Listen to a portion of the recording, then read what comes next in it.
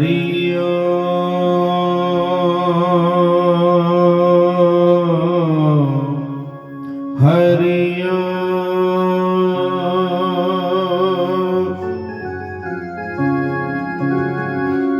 कृष्णाय वासुदेवाय हरे परमात्मने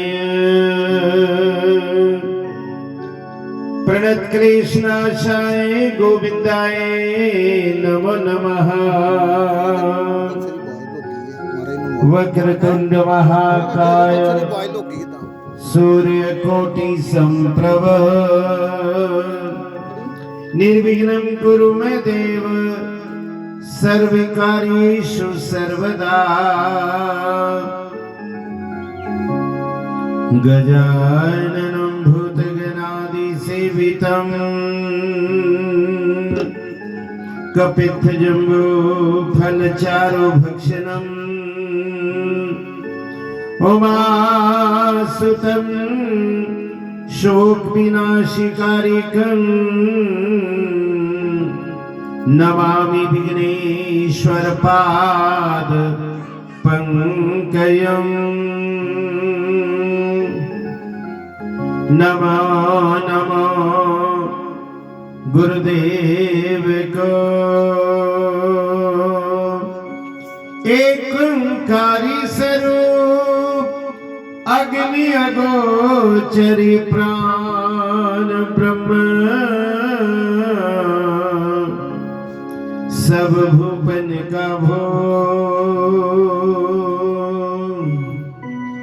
अग्नि अगोचरी प्राण ब्रह्म सब भूपन का भोग। भक्ति दान मोहि दीजियो गुरुदेवन के देव। और नहीं कछु चाहिए निस दिन तुमरी सेव। निस दिन तुमरी सेव।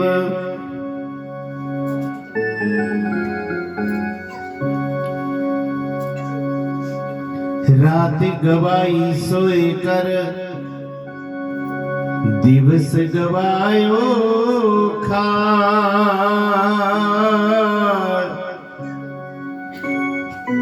हीरा जन्म अमोल था कौड़ी बदले जाए। कौड़ी बदले जाए। आइए हनुमंत बिराजिए। आइए हनुमंत बिराजिए।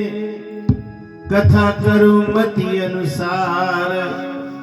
प्रेम सहित गद्दी धरो पधारे पवन कुमार। सियावरी राम जय जय राम। मेरे प्रभु राम जय जय राम।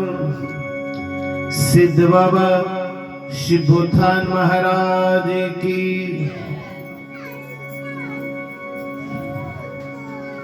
सिद्ध बाबा गोपाल दास जी महाराज की।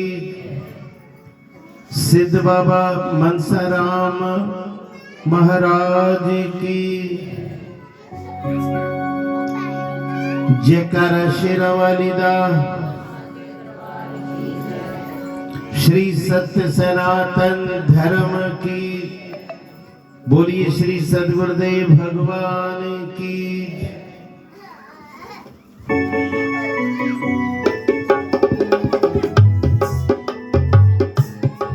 कैसे लिए भाई जी जरा थोड़ा।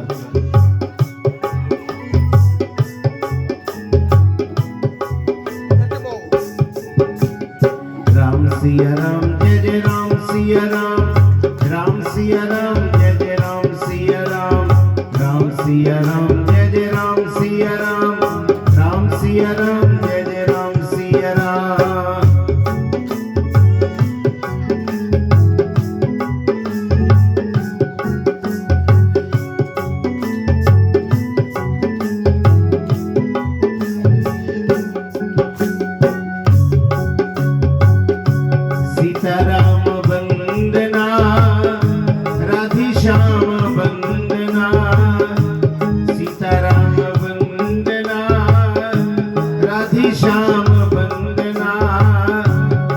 अंजना के नंदना की बार बार वंदना, अंजना के नंदना की बार बार वंदना।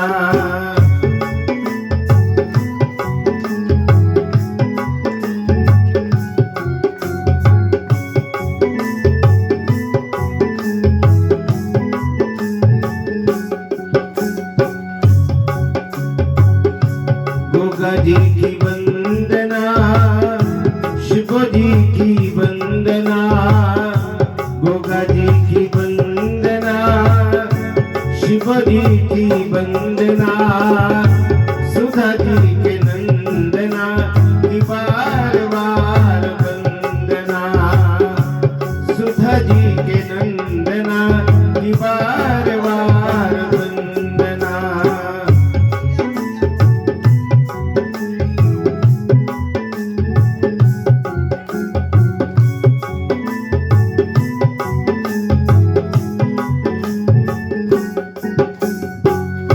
शंकर जी की वंदना, शंकर जी की वंदना, विष्णु जी की वंदना, शंकर जी की वंदना, विष्णु जी की वंदना, गौर जी के नंदना की बार बार वंदना, गौर जी के नंदना की बार बार वंदना। राम सिया राम जय जय राम सिया राम, राम सिया राम जय जय राम सिया राम, श्री राम जय राम, श्री राम जय राम।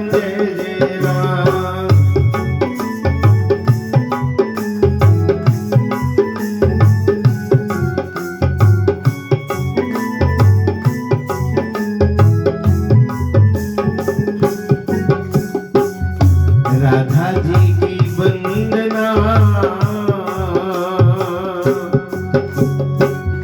राधा जी की वंदना, गोपियों की वंदना, राधा जी की वंदना, गोपियों की वंदना, यशोदा जी के नंदना की बार बार वंदना, यशोदा जी के नंदना की बार बार वंदना। राम सिया राम जय जय राम सिया राम, राम सिया राम जय जय राम सिया राम, श्री राम जय राम।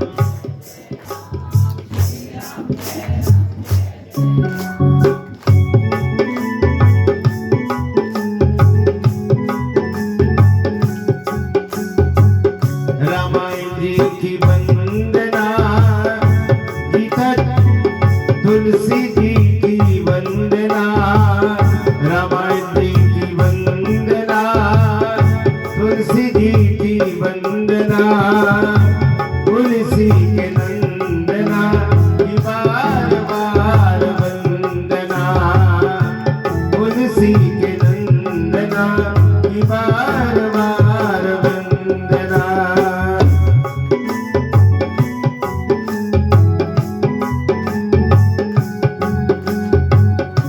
भागवत की वंदना,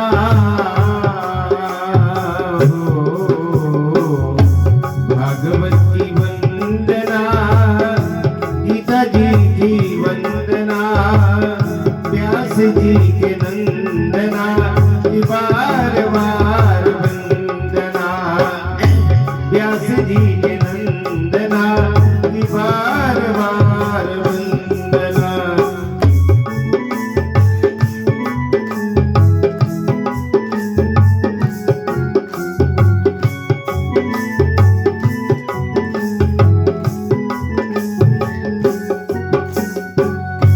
माता जी की वंदना, पिताजी की वंदना, माता जी की वंदना, पिताजी की वंदना, राम गुण गाओ मेरे गुरु जी की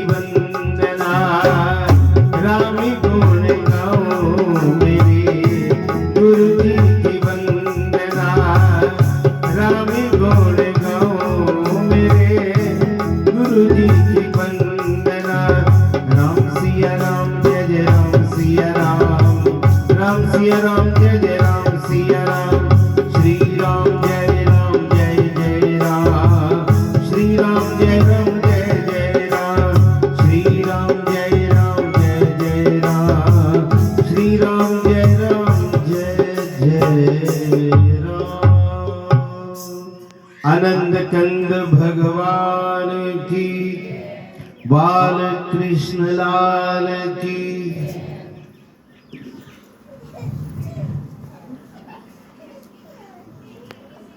वार्षिक माता के मंदिर का ध्वजारोहण के उपरांत सत्संग की बैठक के बीच में स्वामी विक्रमदेव जी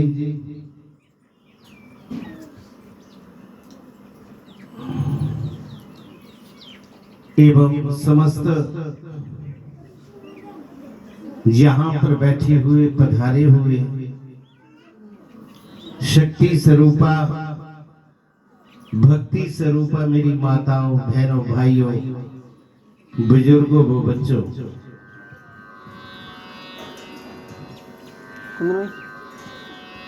आइए। बहुत सुंदर चर्चा आप सुन रहे थे कि अपने बच्चों को संस्कार दें। हो सकता कि किसी ने अपने ध्यान से सुना होगा या नहीं सुना होगा। बच्चों को संस्कार घर से प्रारंभ होते हैं, माता पिता से शुरू होते हैं।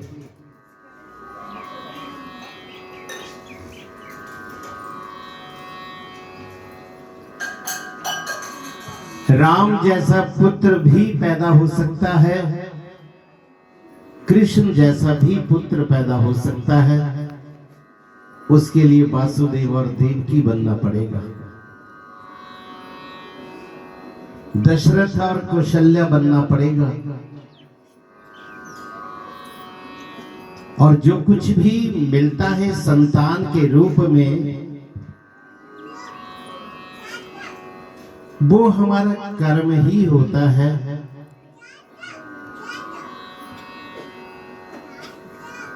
और अपने कर्मों के अनुसार ही हमें सुख और दुख मिलता है।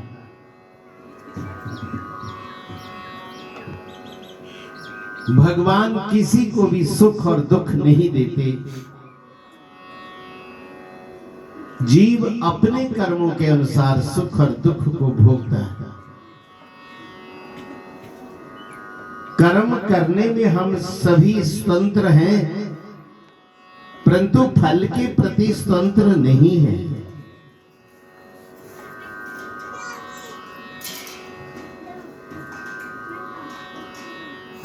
परंतु जब उस कर्म का परिणाम आता है तो हमें रोना आता है, क्योंकि उसे हमें भोगना पड़ता है।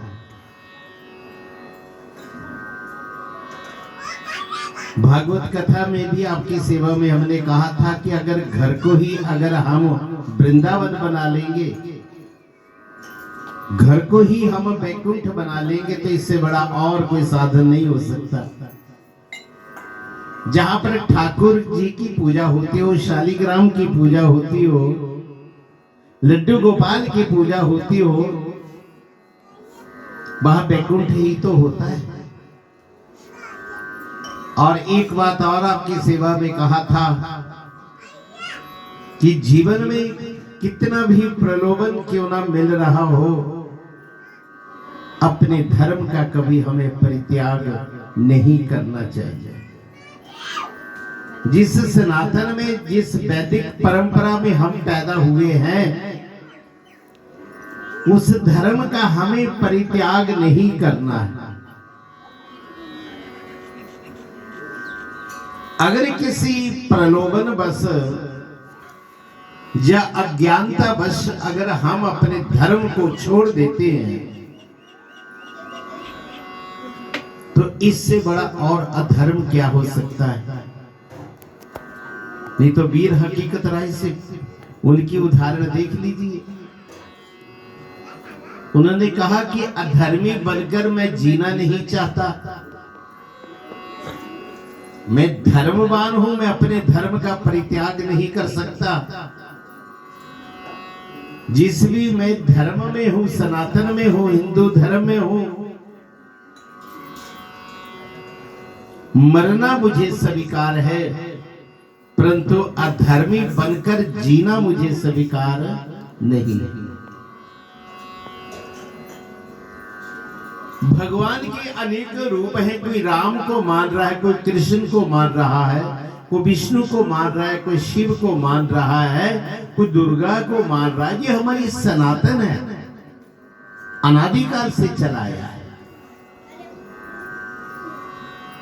वो जो वैदिक परंपरा है, उस परंपरा का निर्वहन हमें करना चाहिए।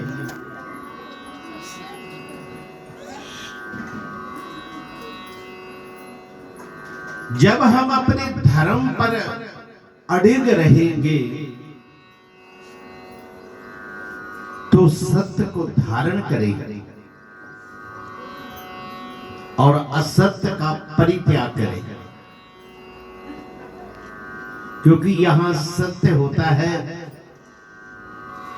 वही भगवान होते हैं। और जहां भगवान होते हैं वहां पर ही सत्य होता है। ऐसा जब भाव हमारे हृदय का बन जाए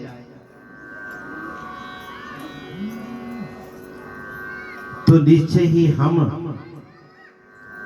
ज्ञानवान बन जाएंगे। महाराजा परीक्षित को जब पता लगा कि आज से 7वें दिन मेरी मृत्यु निश्चित है, किसी ने कहा यज्ञ करो, किसी ने कहा हवन करो, किसी ने कुछ कहा, किसी ने कुछ कहा, तो 7 दिन बैठ करके एकाग्रचित होकर के, दर्शित होकर के भगवान की लीलाओं को सुना। जब हम कथा को सुनते हैं बड़ी गहराई से सुने, एक एक शब्द को अपने हृदय में धारण करने का यत्न करें। जब ऐसा हम करते हैं तो जीवन में आनंद की प्राप्ति होती है, क्योंकि महापुरुषों ने कहा ये तन कीमती है, ये तन कीमती है मगर है विनाशी, कभी अगले क्षण के भरोसे न रहना। ये तन कीमती है, ये नारायणी देह मिली है ना, ये पूर्व जन्मों के पुण्य कर्म अच्छे हों, पूर्व जन्मों के कर्मों के अनुसार ही ये देह मिलती है, जो शरीर मिलता है, परंतु ये विनाशी है। एक न एक दिन इस शरीर को छोड़ना ही पड़ता है। आज तो वैसे न 40 साल की उम्र तक तो ठीक है, 50 साल की उम्र के बाद तो डफली बजने वाली है, 50 के बाद फिर तो ऐसे टाइम पास करने वाली बात है। 40 साल तक तो हम अपने गृहस्थ आश्रम में रह करके बच्चों को का निर्वहन करके, बच्चों का पालन पोषण करके, उनको खड़ा करके, परंतु 50 साल की ऊपर उम्र हो जाए तो फिर लग जाना चाहिए, धर्म से जुड़ जाना चाहिए, सत्य से जुड़ जाना चाहिए। कभी अगले क्षण के भरोसे न रहना, ये नहीं सोचना कि कल करेंगे, परसों करेंगे, चौथ करेंगे। हमें बड़ा अच्छा लगता है कि आजकल सुनते हैं यहाँ भी कथा हो रही है, वहां भी कथा हो रही है, उधर भी कथा हो रही है। बड़ी अच्छी बात, लोग जुड़ रहे हैं अपने सनातन से, अपने धर्म से लोग जुड़ रहे हैं, जुड़ना चाहिए। क्योंकि जुड़ेंगे तभी तो हमें ज्ञान की प्राप्ति होगी। परंतु एक बात का ध्यान रखना, जब हम जुड़ने का प्रयास करें तो परेशानी तो होती है, दुख भी आते हैं, कष्ट भी आते हैं। उन कष्टों की चिंता नहीं करनी चाहिए।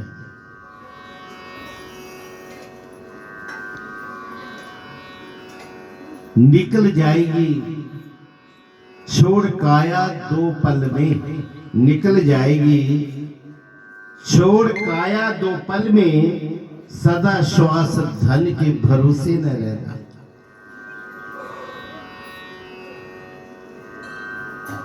इस भरोसे में हमें नहीं रहना चाहिए। और जिस समय जाग आ जाए जल्दी जुड़ जाना चाहिए, लग जाना चाहिए। हरि नाम का स्मरण करो, प्रभु नाम का स्मरण करो, है ना। दुख हो सुख हो कुछ भी हो, परंतु अपना नियम जो है, अपना भजन की जो मर्यादा है वो छूटनी नहीं चाहिए।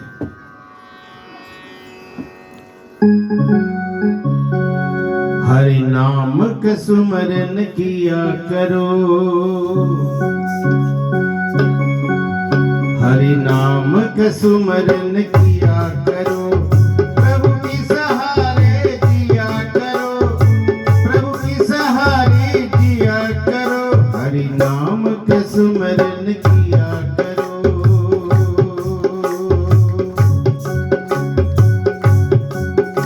हरि नाम का सुमरन किया करो, हरि नाम का सुमरन किया करो, प्रभु की सहारे जिया करो, प्रभु की सहारे जिया करो, हरि नाम का सुमरन किया करो।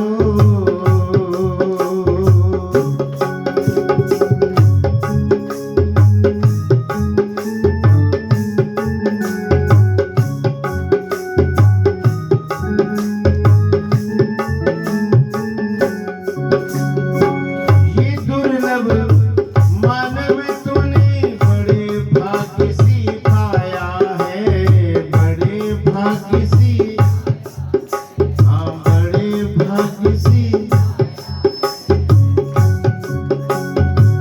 विषयों में पढ़कर तूने हीरा जन्म गवाया है।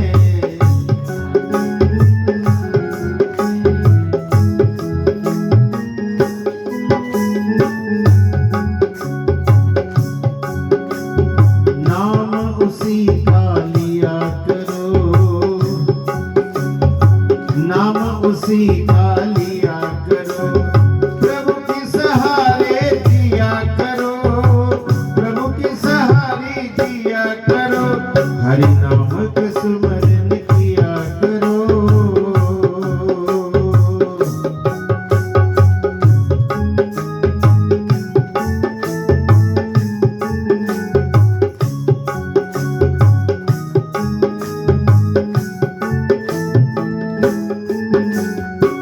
पता नहीं कि कब रुक जाए, चलते चलते जी श्वास तेरी, चलते चलते जी श्वास तेरी। हरि नाम बिन नहीं बुझेगी, बढ़ती रहेगी प्यास तेरी, बढ़ती रहेगी प्यास तेरी। आनंद अमृत पिया करो, आनंद आनंद अमृत पिया करो, प्रभु की सहारे जिया करो, प्रभु की सहारे जिया करो, हरि नाम का स्मरण किया करो।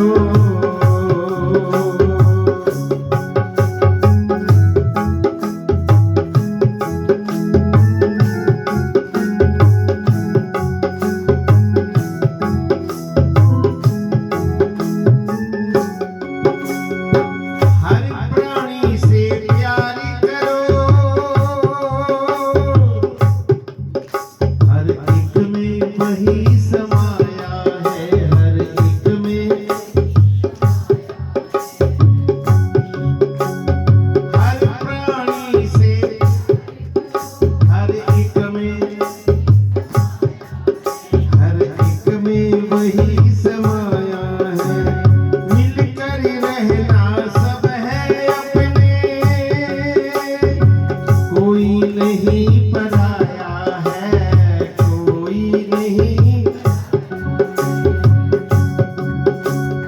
दुख न किसी को दिया करो, दुख न किसी को दिया करो, दुख न किसी को दिया करो। हरि नाम का स्मरण किया करो, हरि नाम का स्मरण किया करो, हरि नाम का स्मरण किया करो। राम सिया राम जय जय राम सिया राम, राम सिया राम जय जय राम सिया राम, श्री राम जय जय राम, श्री राम जय जय राम।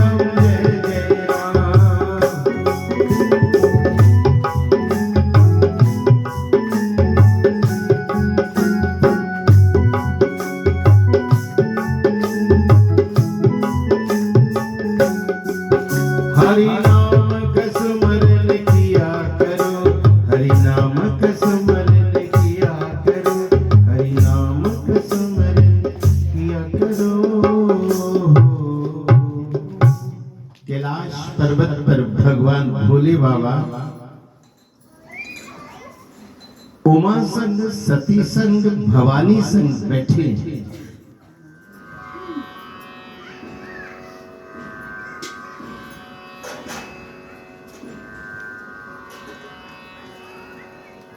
तो सती ने कहा कि हे प्रभु,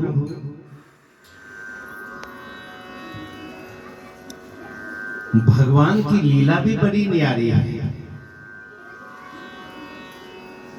महाराजा दशरथ ने संकल्प किया है कि मेरा ज्येष्ठ पुत्र राम अयोध्या का राजा बनेगा, परंतु एक मंत्रा ने एक ही रात में बात बिगाड़ दी।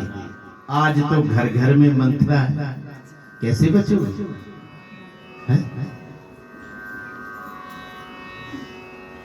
और यो महारानी ककेई राम से कितना प्रेम करती थी। अनंत 36 प्रकार के व्यंजन बनाकर के अपने हाथों से खिलाती थी। श्री राम जय राम जय जय राम, श्री राम जय राम जय जय राम, श्री राम जय राम जय जय राम, श्री राम जय राम जय जय राम, श्री राम जय राम जय जय राम, श्री राम जय राम जय जय राम, श्री राम जय राम जय जय राम, श्री राम जय राम जय जय राम, श्री राम जय राम जय जय राम, श्री राम जय राम जय जय राम, श्री राम जय राम जय जय राम, श्री राम जय राम जय जय राम, श्री राम जय राम जय जय राम, श्री राम जय राम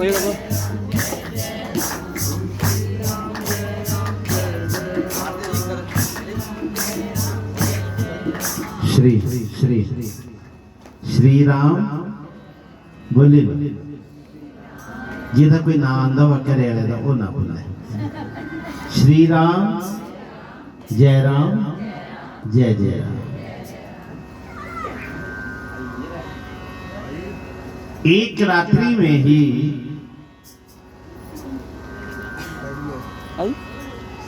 कहां अयोध्या का राजा बनना, मंत्रा ने महारानी ककेई की बुद्धि को बिगाड़ दिया, क्योंकि समस्त देवता ब्रह्मा जी के पास गए, क्योंकि रावण ने घोर तपस्या की थी। अच्छा कोई बात नहीं।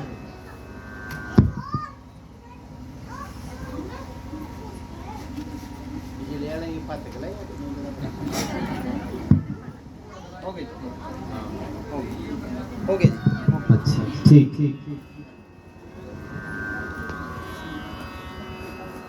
क्या बोल रहे थे? सुनाओ जरा। ये अंदर दी गल है।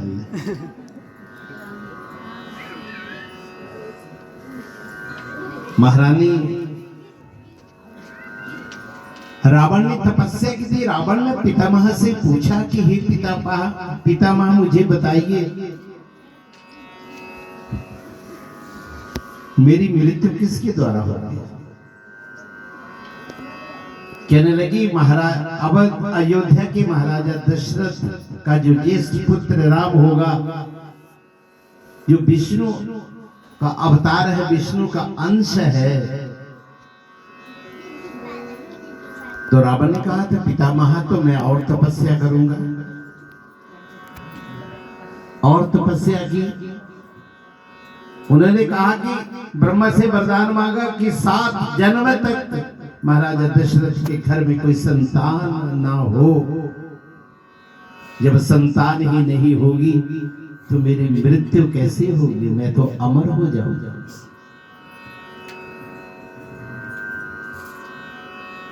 तो आपने देखा था कि ऋषि मुनियों के पुत्रेष्टि हवन करने से महाराजा दशरथ अग्निदेव हविष का कटोरा लिए महाराजा दशरथ के हाथ में रख दिया। 4 पुत्र हुए।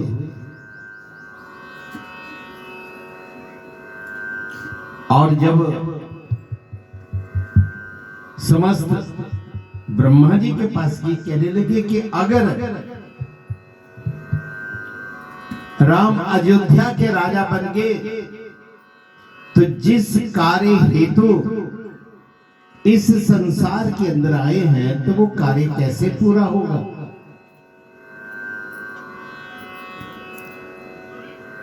तो ब्रह्मा जी ने कहा तो फिर कैसे होगा? कहने लगे, अवध के अंदर रहने वाले जितने भी हैं उनकी बुद्धि को पलटना। सरस्वती का आह्वान किया। सरस्वती मैया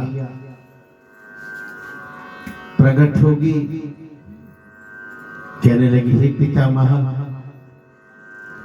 मैं अयोध्या के अंदर रहने वाले लोगों की बुद्धि को पलट नहीं सकती। केवल यो अवध के बाहर का होगा उसकी बुद्धि को पलट सकती हूं।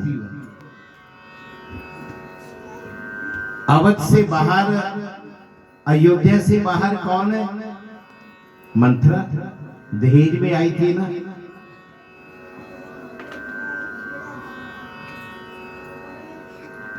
देखो, ये भगवान की ये समस्त लीला थी।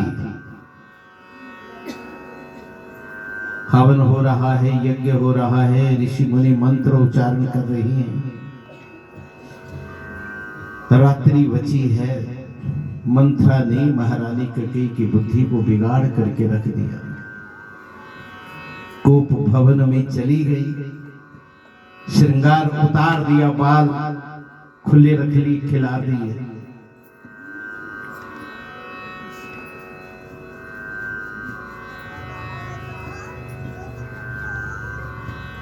शाम के समय जैसे ही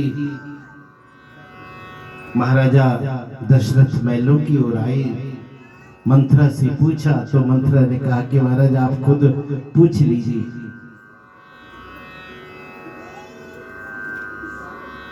किसने तुम्हारा अपमान किया? जिसने भी अपमान किया है महारानी बताओ, मैं उसे दंड दूंगा।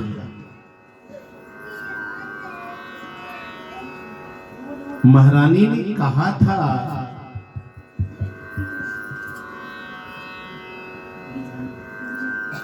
एक बार मैंने देवासुर संग्राम में जब आप घायल अवस्था में हो गए थे तो मैंने आपके प्राणों की रक्षा की थी, तो आपने मुझे 2 वचन देने का वायदा किया था।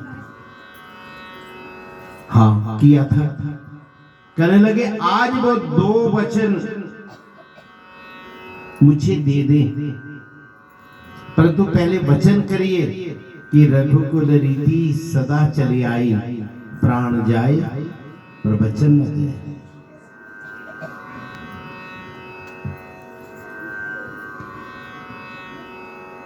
अब जरा विचार करके देखिए, पहला वचन दिया कि मेरे पुत्र भरत अयोध्या का राजा बने, और दूसरा राम 14 वर्ष के लिए बलकल वस्त्र धारण किए हुए वन की ओर जाए, सन्यासी का भेष बना करके। जैसे ही महाराजा ने सुना, है ना। अब वैसे तो बड़ी लंबी कथा है, संक्षिप्त रूप में कहते हुए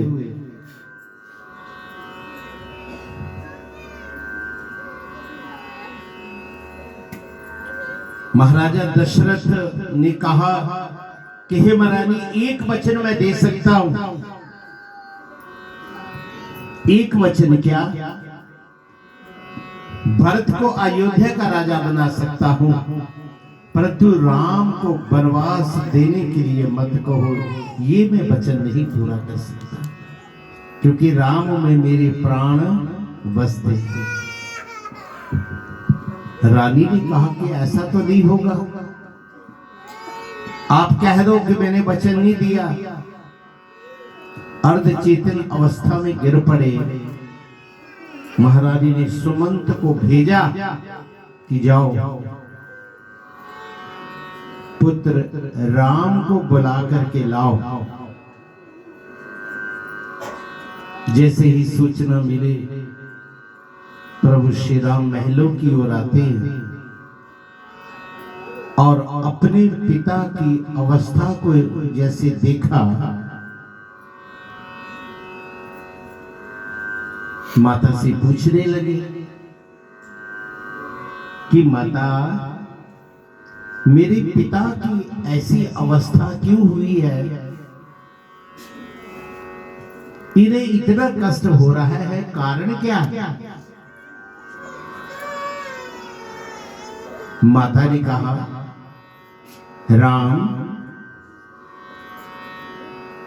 मैंने तुम्हारे पिता से 2 वचन मांगे थे जब मैंने उनके प्राणों की रक्षा की थी। आज वो वचन मैं मांग रही हूं तो देने में मना कर रही है। कहने लगे, माता, वो 2 वचन कौन है? कहने लगे कि पहला वचन, मेरा पुत्र भरत अयोध्या का राजा बने, और दूसरा,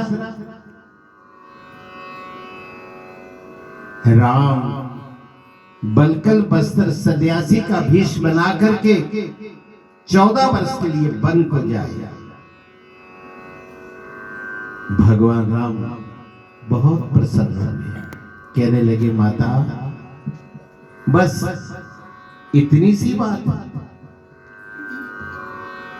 संदेश आप भेज दिया होता, कहलवा दिया होता, परंतु मुझे दुख इस बात का है कि मेरे कारण मेरे पिता को कष्ट हो रहा है। एक बात आपकी सेवा में कह दे, माता पिता का कभी अपमान ना करें, माता पिता का कभी तिरस्कार नहीं करना चाहिए, नहीं तो वो पुत्र, वो परिवार कभी सुखी नहीं हो सकता। तुलसी बाबा जी ने श्री रामचरितमानस के माध्यम से बहुत सुंदर संकेत किया है।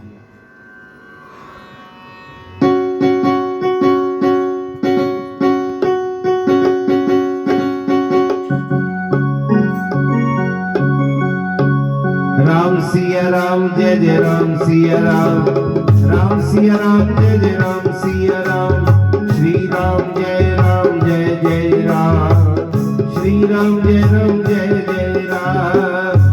मंगल भवन अमंगल हारी, प्रभु सुदशरथ अजर बिहारी। जय सिया राम, जय सिया राम, बोलिए सभी बोलो, जय सिया राम, जय सिया राम।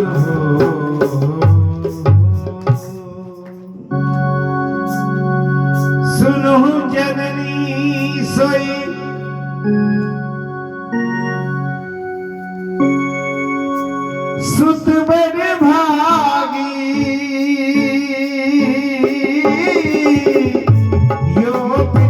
मानो चरण अनुरागी राम सिया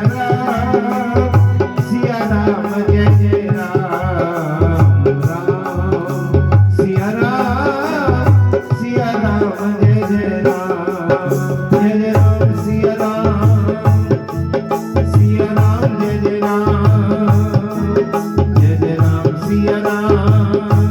सिया राम जय सुनो जननी। स्वामी जी बोल रहे थे ना मम्मी, वही शब्द यहाँ पर, ये हमारे शास्त्रों का शब्द नहीं है। जननी उसे कहते हैं, जननी उसे कहते हैं जो जन्म देने वाली है, जिसे हम माता जी कहते हैं। क्या कहते हैं? माता जी। माता जी एक सात्विक शब्द है, सात्विक इसका अर्थ है। सुनो जननी सोई ही माता सुनो। अब यहां पर प्रभु श्री राम माता को कह रहे हैं, सुत बड़ भागी। वो पुत्र संसार के अंदर बड़ा भाग्यशाली होता है, ये माता पिता के चरण कमलों में अनुराग करने वाला होता है। ऐसा पुत्र नहीं चाहिए। यो आज आपने देखा होगा ना, अनिरुद्धाचार्य जी के गौरी गोपाल के आश्रम में भी, वहां पर वृद्ध आश्रम है ना, वो माता पिता ने कितनी कल्पना की होगी कि मेरे घर बेटा होगा, मेरी बहू आएगी और बहू आकर के वो मेरी सेवा करेगी। तो वो वृद्ध माताएं देखी है, वृद्ध पिता देखा है। ऐसे अपने वृद्ध माता पिता को अगर अनाथ आश्रम के अंदर, वृद्ध आश्रम के अंदर जो पुत्र भेजता है, ऐसा पुत्र किसी को नहीं चाहिए। ऐसी औलाद नहीं चाहिए। ऐसी औलाद से, बिना औलाद से अच्छा है। सुनो जननी सोई सुत बड़ भागी। तो फिर जिम्मेवारी किसकी बनती है? संस्कार। आज पुत्र नहीं है, लड़का है। सभी बोलते हैं ना कि लड़का चाहिए जी। हाँ जी, दो कुड़ियां यहूं, लड़का चाहिए।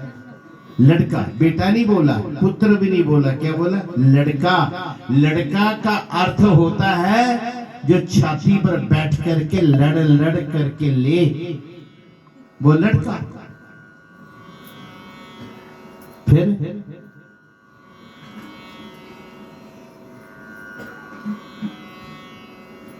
और ये पुत्र माता पिता का आज्ञाकारी ना हो, माता पिता का सेवक ना हो, ऐसा पुत्र फिर किसका? प्रातः काल उठी के रघुनाथा, मातु पिता गुरु ना वही माता। ये संस्कार कौन देगा? माता पिता देगा।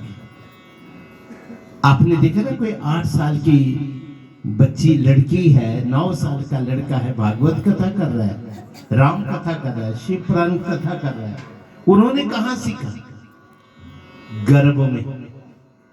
क्योंकि माता पिता का आचार विचार आहार विहार जैसा होगा, गर्भ में पल रहे उस बच्चे के ऊपर असर होता है।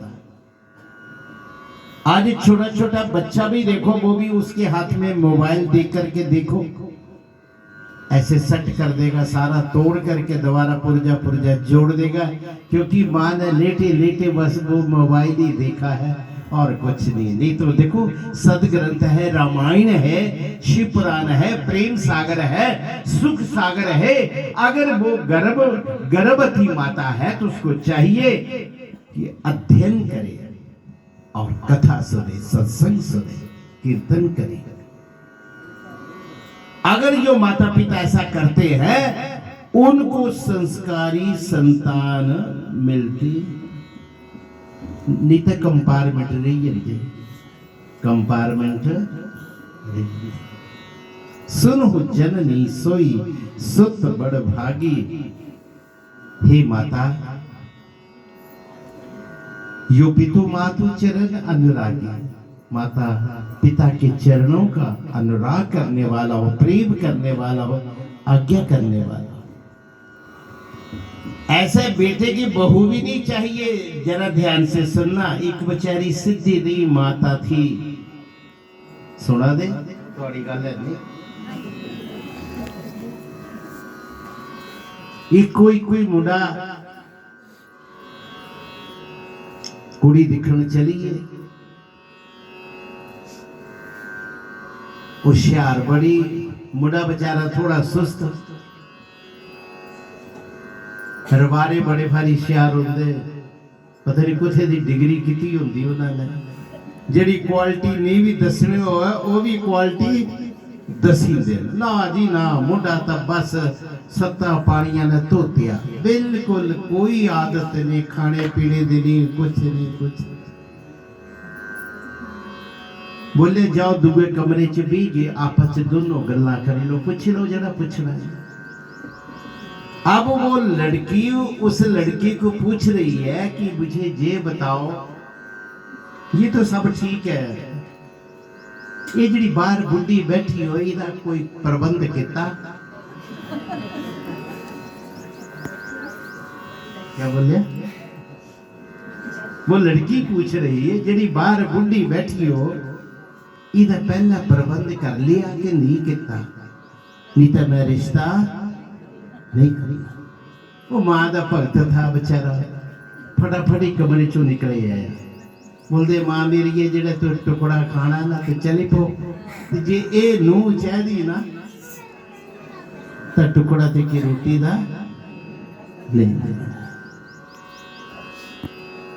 यो पितु मातु चरण अनुरागी। माता पिता से प्रेम करने वाला पुत्र चाहिए, आज्ञाकारी चाहिए, संस्कारी चाहिए। नहीं तो भगवान को ऐसा पुत्र ना दो यो कलंक लगाने वाला, कलंक लगाने वाला, क्योंकि यो सिर भगवान के आगे नहीं झुका, गुरुओं के आगे नहीं झुका, अपनी से बड़े बुजुर्गों के आगे जो सिर नहीं झुका, वो सिर औलाद के आगे झुकता। माता पिता कुछ नहीं। अभी जो समय चल रहा है, ये समय ऐसा है, माता पिता चाहे लड़की है चाहे लड़का है, अपनी मर्जी से हाँ नहीं कर सकते। बोले जी कर जाएगी, दस गए कि रिश्ता करना कि नहीं करना, पहले नहीं कहेंगे, क्योंकि उनको पता कि अगर कुछ बोला तो इनकार हो जाएगा। अपनी मर्जी से वो नहीं कर सकते। संस्कारी संतान चाहिए। औलाद कैसी है? जिसमें वफा हो,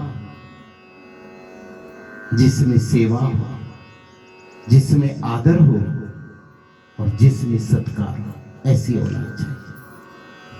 और जिसको ऐसी औलाद मिलती है वो भाग्यशाली माता पिता होते हैं। एक गुरु के लिए अच्छा शिष्य मिले, सद चरित्र शिष्य मिले, तो ये गुरु का सौभाग्य होता है। राम सिया राम, जय जय राम सिया राम, राम सिया राम, जय जय राम सिया राम, श्री राम जय राम, जय जय राम, श्री राम जय राम, जय जय राम।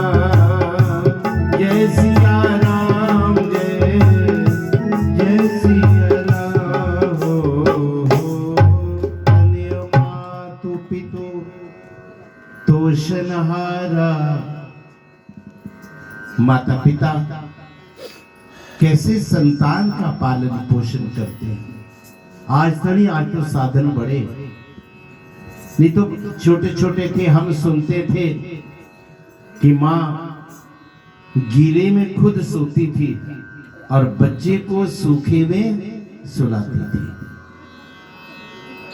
उस समय तो गरीबी होती थी। आज तो एक ही बच्चा है ना, 2 हो जाएंगे तो चिंता बढ़ जाएगी, 3 हो जाएंगे तो हालत खराब हो जाएगी।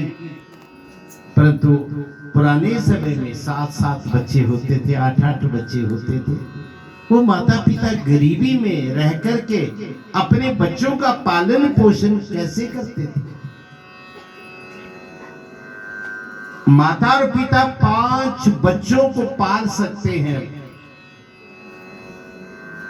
बड़ा कर सकते हैं, पढ़ा लिखा सकते हैं, शादियां भी कर सकते हैं, परंतु 5 बच्चे मिलकर के माता और पिता को भोजन नहीं दे सकते। ऐसी मंदिर बना लो, मां के लिए कोई जगह ही ना हो, मां के लिए कोई कमरा ना हो, तो मंदिर बनाने का भी कोई फायदा है।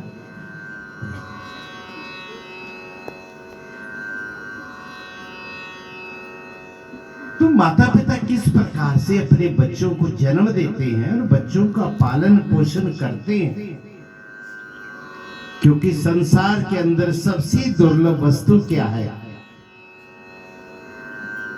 माता और पिता। माता 9 मास गर्भ में बच्चे को रखती है। कितने? 9 मास। और घर का सारा काम करती है, चलती भी है, भोजन भी बनाती है, काम भी करती है, झाड़ू भी लगाती है। कैसे मां अपने गर्भ में उस बच्चे को रखती है और पिता किस प्रकार से पालन करता है? ये संसार के अंदर सबसे दुर्लभ रिश्ता है। और इन रिश्तों की कदर उन्हें होती है जिनके पास रिश्ता नहीं होता, और जिनके पास रिश्ता होता है वो कदर नहीं करते।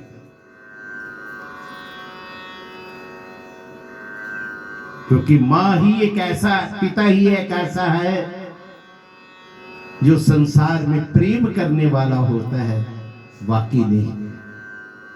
पत्नी की तो बात ही छोड़ दो, और जितने भी रिश्ते उनकी बात छोड़ दो। पत्नी कहेगी ड्यूटी से आ रहा है, पैसे लेकर के आना। माँ को पता लगे कि मेरा बेटा आने वाला है तो माँ कहती बेटा कोई बात नहीं, पैसा नहीं भी तेरे पास है तो ऐसे खाली घर आ जा। अगर पत्नी कहेगी तो पैसे के बिना मत होता, पोवा 6 महीने और लाया। परंतु माँ ऐसा नहीं कहेगी। माँ का संबंध, माँ का रिश्ता संसार में अनूठा होता है, बड़ा अनमोल रिश्ता होता है माँ का, जो कि हम कदर नहीं करते। अगर माता पिता संसार के अंदर ना होते तो ये शरीर कहां से मिलता? इस शरीर को देने वाले माता पिता ही हैं। और अगर ये कहा जाए कि इस संसार के अंदर माता पिता ही साक्षात भगवान है, इसमें कोई शंका वाली बात नहीं। भगवान किसी ने नहीं देखा, परंतु माता पिता को तो देखा ना। यो माँ बाप का नहीं बन सका, वो संसार के अंदर किसी का नहीं बन सकता, किसी का नहीं। माँ बाप की कदर करिए। माँ बाप एक बार जो रिश्ता चला जाता है वो दोबारा जीवन में नहीं मिलता। और जिनके पास माता पिता होते हैं वो भाग्यशाली होते हैं। नहीं तो श्री रामचरितमानस के अंदर देखो ना, माता सीता की माता क्या उपदेश कर रही है कि सास ससुर को अपने माता पिता के समान समझना और देवर और जेठ को अपने भाइयों के समान समझना। ये हर चीज का रामायण के अंदर हर चीज का वर्णन किया, हर रिश्ते का वर्णन किया है। राजा कैसा होना चाहिए, माता कैसी होनी चाहिए, पिता कैसा होना चाहिए, सेवक कैसा होना चाहिए, स्वामी कैसा होना चाहिए। धन्य है माता पिता यो बच्चे की परवरिश करते हैं। अगर हिसाब लगा करके भी कहोगे ना, हिसाब नहीं कर पाओगे। माँ बाप की जो कृपा होती है, माँ बाप की जो दया होती है,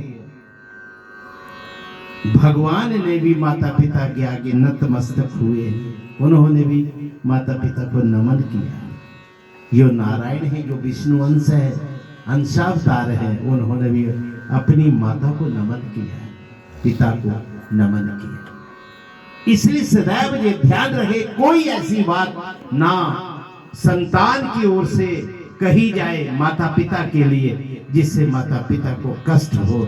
और एक बात का ध्यान रखना, अगर आप सुखी रहना चाहते हो तो अपनी सास और ससुर की कदर करिए।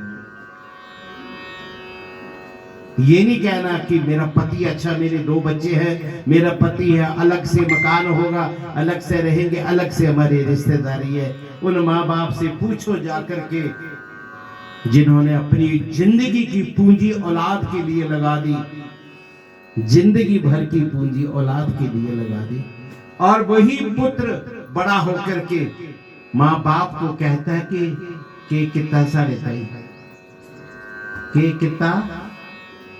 तो माँ पता क्या कहती है, सुनो जरा ध्यान से। माँ क्या कहती है, बेटा जब तुम खुद माँ बाप बनोगे तब तुम्हें पता होगा, तब पता लगेगा ना, जब खुद माँ बाप बनोगे।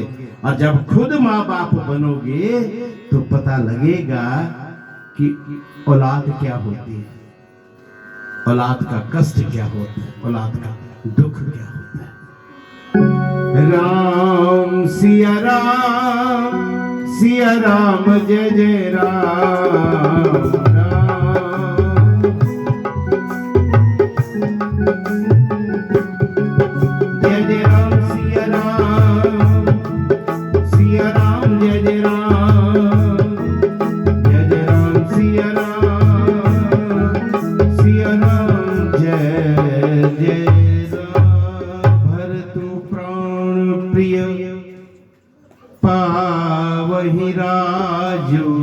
माता ये कैसे मान लिया, भरत में और राम में अंतर कैसा?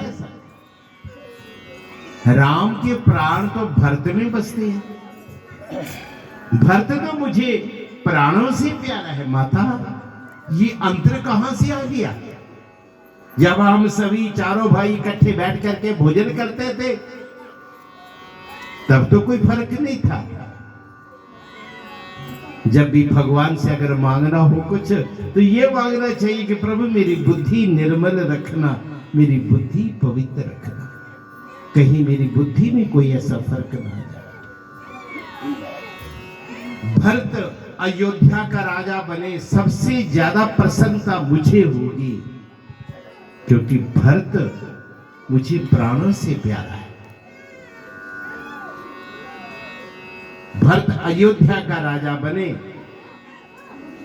आज मुझे ऐसा लग रहा है आज विधाता मेरे अनुकूल है। क्यों? भरत अयोध्या का राजा बनेगा, मेरा भाई बनेगा, है ना।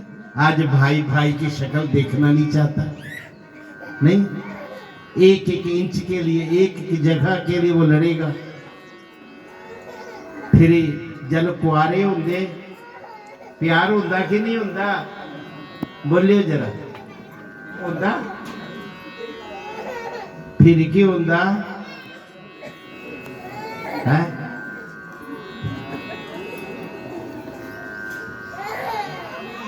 माता गलादी जदों ये मुंडा मैं भुरड़िया ना अदों लेगी, ये मेरे पास दिखता ही नहीं, पता नहीं के हुई आ के नहीं के ना सखाड़ी लिया। नहीं तो मेरा मुंडा बड़ा सोहना, बड़ा खरा, मेरा मुंडा मेरे मुंडे लेखा कोई नहीं। मां कदी अपने पुत्र के दोष नहीं दिंदी, दोष किसकी दिंदी?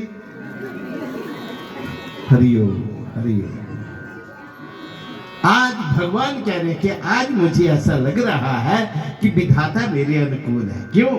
अगर मैं अयोध्या का राजा बन गया तो मैं यही रहूंगा, वन को जाऊंगा, ऋषि मुनियों का दर्शन करूंगा, हवन यज्ञ करूंगा, और जिस कार्य हेतु मैं इस धरती पर अवतरित हुआ हूं वो कार्य मैं पूरा करूंगा। राम सिया राम, जय जय राम सिया राम, राम सिया राम, जय जय राम सिया राम, श्री राम जय राम, जय जय राम।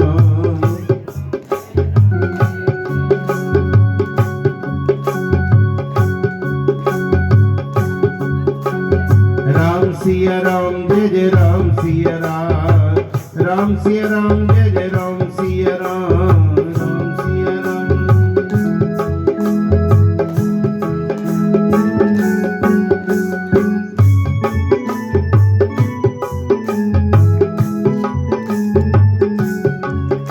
अगर संतान है, धन है, पद है, कोठी है, बंगला है, कार है, भगवान का शुक्र गुजार करो कि हे प्रभु तेरी कृपा से है।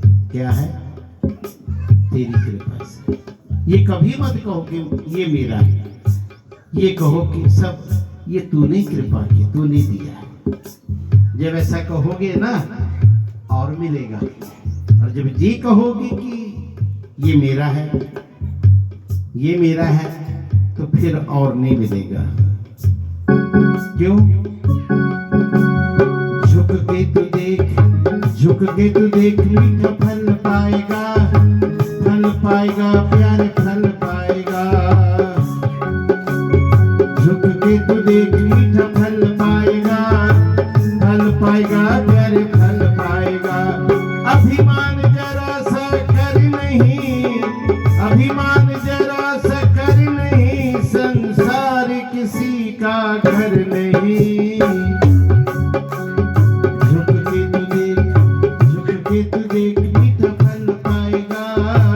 फल पाएगा, प्यारे फल पाएगा।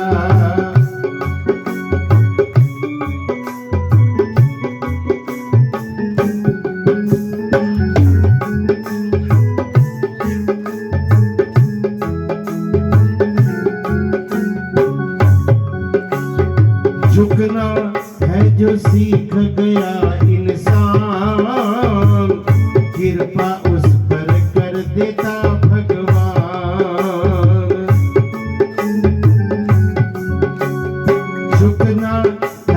सीख गया इंसान, कृपा उस पर कर देता भगवान। कुछ जान ले पहचान ले, कुछ जान ले पहचान ले, अहंकार से ममता कर नहीं, किसी जीव से हिंसा कर नहीं, किसी जीव से हिंसा कर नहीं, किसी जीव से हिंसा कर नहीं। झुक के तू देख मीठा फल पाएगा, फल पाएगा, प्यारे फल पाएगा।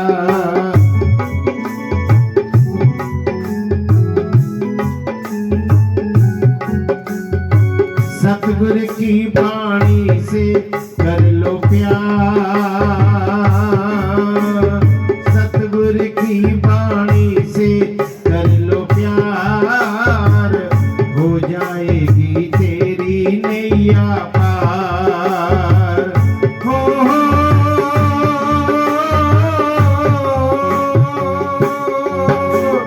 सतगुरु की वाणी से कर लो प्यार, हो जाएगी मेरी नैया पार। अनजान सुन कर ध्यान सुन, अभिमान की होती जड़ नहीं, अभिमान की होती जड़ नहीं, अभिमान की होती जड़ नहीं। झुक के तू देख, झुक के तू देख मीठा फल पाएगा, फल पाएगा, प्यारे फल पाएगा।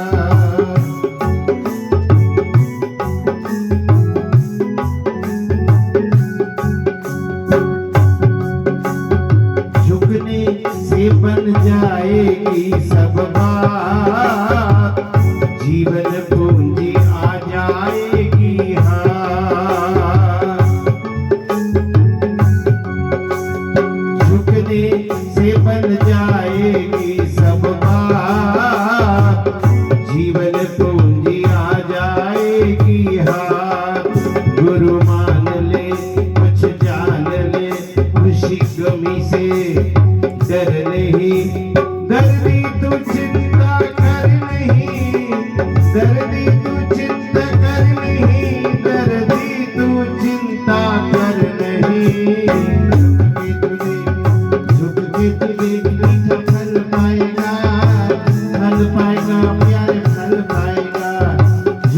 तू देख मीठा फल पाएगा, फल पाएगा प्यारे फल पाएगा।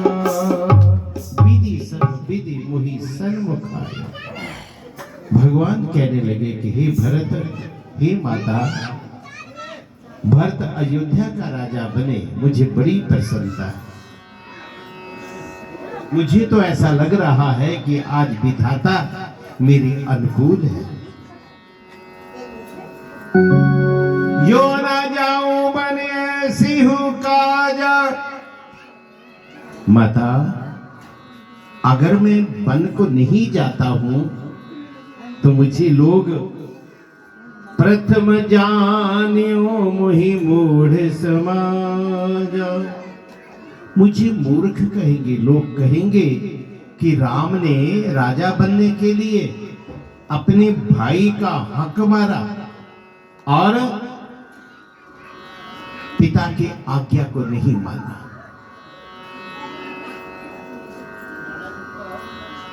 माता, मैं वन को जाऊंगा।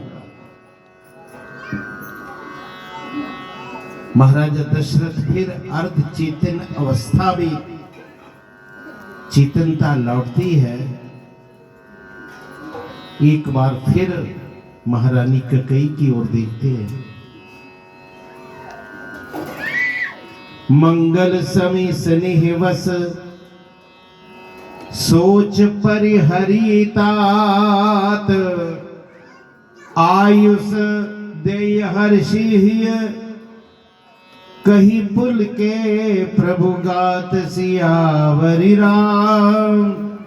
जय जय राम। मंत्र उच्चारण हो रहा है, ऋषि मुनि हवन कर रहे हैं, मंगल समय है, गीत गान हो रहा है। प्रभु श्री राम सोचने लगे कि ऐसे समय में अगर मैं और रुका मेरे लिए ये ठीक नहीं है।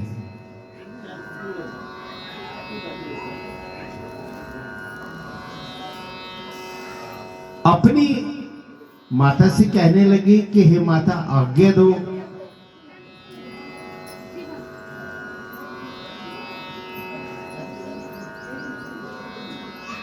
कि मैं अपनी माता से, माता कौशल्या के भवन में जाना चाहता हूं।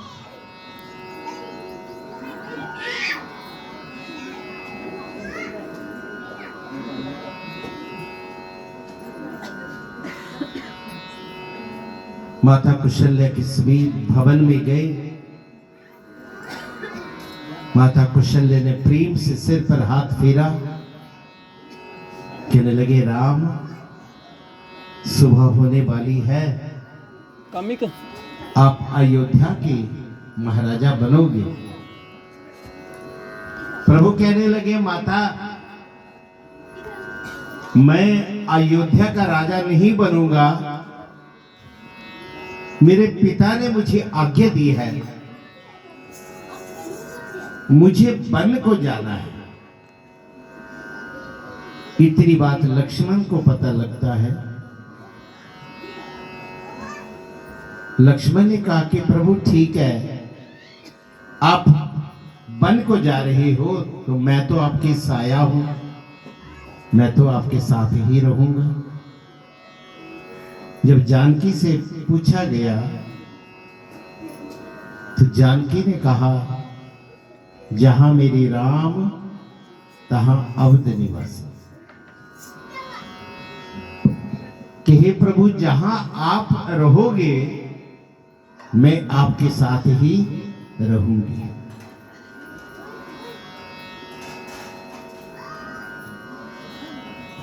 अब यहां पर महारानी कैकेयी ने प्रभु श्री राम आ जाते हैं। जैसे ही चेतनता लौटती है महाराजा दशरथ को, दशरथ ने कहा, यहां पर उन्होंने परित्याग कर दिया कैकेयी का कि या उल्टा मैं तेरा परित्याग करता हूं। ये महाराजा दशरथ ने कैकेयी को कहा था।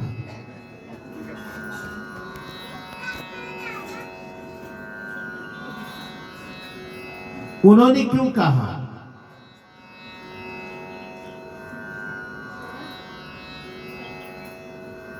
उन्होंने कहा कि ठीक है, तेरा पुत्र भरत अयोध्या का राजा बने, ये बात मुझे स्वीकार है, परंतु राम 14 वर्ष के लिए वन को जाए, ये बात मुझे मंजूर नहीं थी। कहते कि महाराजा दशरथ फिर को भवन से निकल करके फिर कौशल्या जी के महल में चले जाते हैं। देखिए, जब बाद में जाकर के जब रावण को मार करके अग्नि परीक्षा से पहले देवता और महाराजा दशरथ आकाश से पुष्प वर्षा करने लगे, तो महाराजा दशरथ ने कहा कि हे राम, वर मांगो।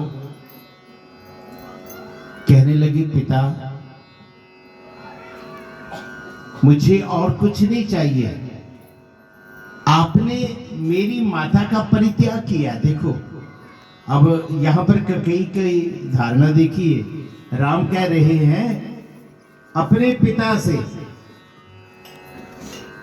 मेरी माता का परित्याग किया है, आप उसे स्वीकार कर लो। कहने लगे, राम ये तुम कह रहे हो? जिस माता के कहने पर तुम्हें 14 वर्ष का वनवास मिला, अभी उनके लिए ही आप अपने पिता से कह रहे हो कि इन्हें स्वीकार कर लो। कहने लगे, हाँ। कहने लगे, मैं पितृ तर्पण, पितृ पूजन और पितृ कर्म करने का अधिकार पुत्र को तभी होता है जब वो पिता के द्वारा त्यागी हुई जो माता होती है या पत्नी होती है ना, उस समय तक नहीं होता जब तक वो स्वीकार ना करे। तो महाराजा दशरथ प्रसन्न होकर के उन्होंने महारानी कैकेयी को स्वीकार कर लिया था। यहां पर भगवान शिव सती से कह रहे हैं कि हे सती सुनो, धन्य जन्म जगती तलतासु, पितहि प्रमोद चरति सुनी जासो, जय सिया राम, जय सिया राम। बोलिए, जय सिया राम, जय सिया राम। हो धन्य जन्म जगती तरतासो। यो माता और पिता की प्रसन्नता के लिए पुत्र कार्य करे,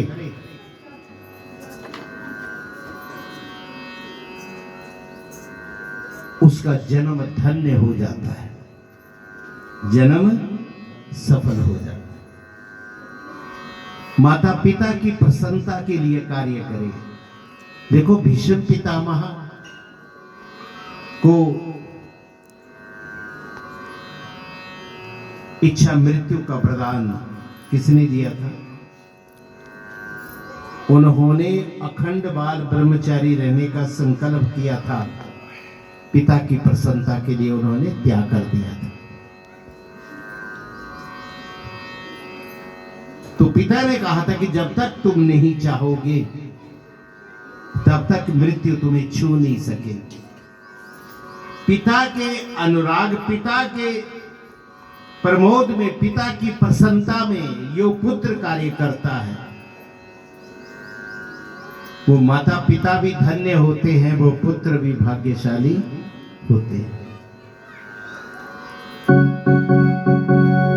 चारि पदार्थ करतल सासे, प्रेम तो माधो प्राण समझाके, जय सिया राम, जय सिया राम, जय सिया राम, जय सिया राम। ऐसे पुत्र, देखो ना, गणेश सर्वप्रथम उनकी पूजा होती है ना 3 परिक्रमा में ही, क्योंकि माता पिता जिस घर में प्रसन्न रहते हो, बुजुर्ग प्रसन्न रहते हो, उस घर में रिद्धि सिद्धि होती है। मातृदेवो भव, पितृदेवो भव, आचार्य देवो भव और अतिथि देवो भव।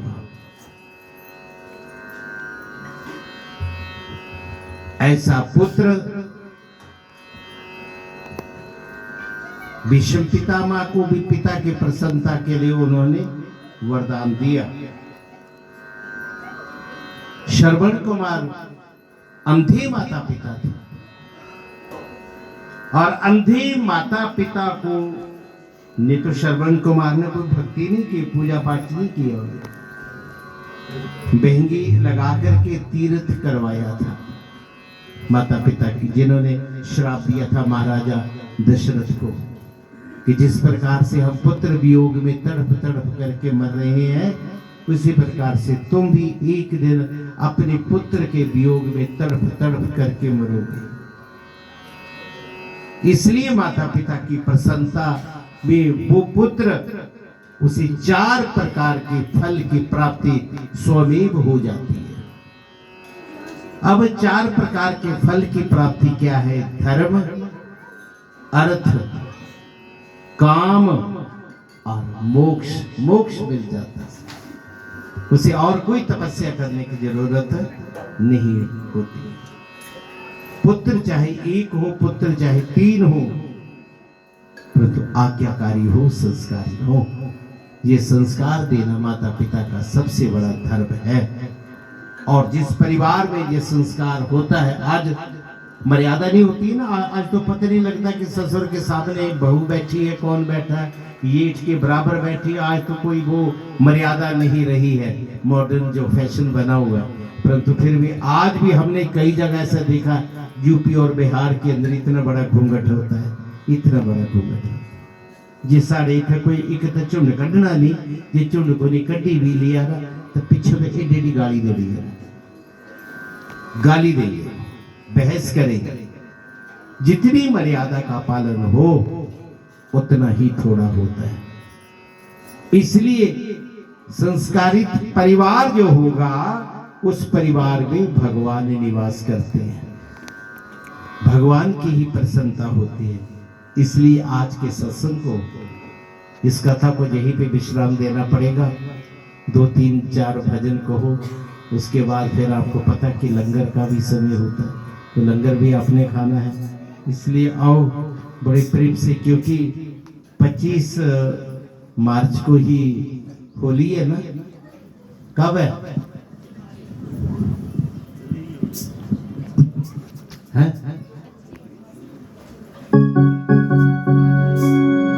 भागा रे भागा देखो, भागा रे भागा देखो, भागा रे भागा देखो, नंदलाला नंदलाला, राधा ने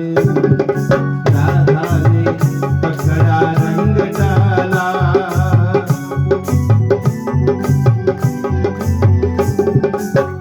भागा रे भागा देखो, भागा रे भागा देखो, नंदलाला नंदलाला, राधा ने पकड़ा रंग डाला, राधा ने पकड़ा रंग डाला।